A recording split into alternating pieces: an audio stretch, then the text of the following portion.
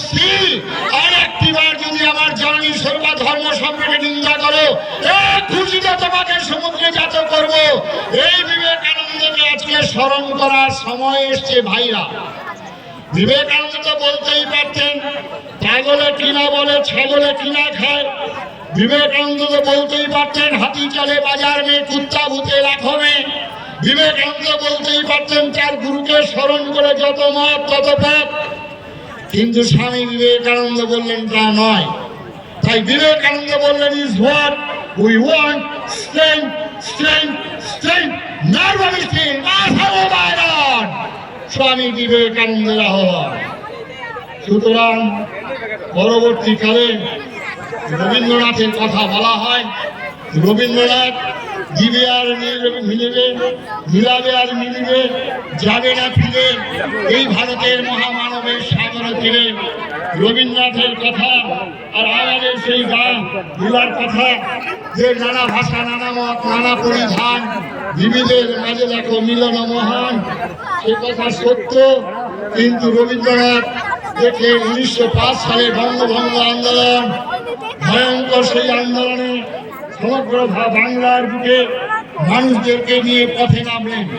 বাংলার ফল বাংলার জল, বাংলার বাতাস বাংলার বায়ু, বাংলার ফল এক হোক পূর্ণ হোক পূর্ণ হোক। বাঙালি ঘরে যত মা ভাই বোন এক হোক এক হোক। গান গেয়ে সমস্ত বাংলা আসাম সাড়া দিয়েছিল রবীন্দ্রনাথের এই গানের সঙ্গে। কিন্তু এই রবীন্দ্রনাথ 1906 সালে যে বীজ রোপণ হয়েছিল 1932 সাল, সেটা মনে পড়বেন আচার্য স্বামী প্রণবানন্দজি মহারাজ সেই 100 বছর আগে সেই কথাই বলেছিলেন। ওই যে 30 সাল এই হিন্দু মিলন মন্দির আন্দোলন, হিন্দু রক্ষী বাহিনী আন্দোলন করছেন, আর সেই সময় রবীন্দ্রনাথ আমাদেরকে স্মরণ করে দিয়ে বলছেন নাগিনীরা চারিদিকে ফেলেছে বিষাক্ত নিঃশ্বাস, শান্তি ললিত বাণী শুনাইব ব্যর্থ পরিহাস।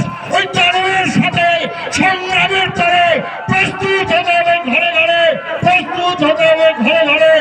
কি বললেন রবীন্দ্রনাথ? সমাজদারকে নিয়ে ইশারা কাফি, কে দানব কি নিয়ে প্রস্তুত হবেন ঘরে ঘরে আজকে আর বলার অপেক্ষা রাখে না। বাংলাদেশের যোগেন মন্ডলের দল তাও আজকে বাধ্য হয়েছে স্মরণ নিতে। তাই বন্ধুগণ, আচার্য স্বামী প্রণবানন্দজি মহারাজ 100 বছর পূর্বে যে আবেদন করেছিলেন, সেই আবেদন এখন আরো বিরাট আকারে আরো প্রকট। সেই আবেদনের সারা দিন সেদিন যখন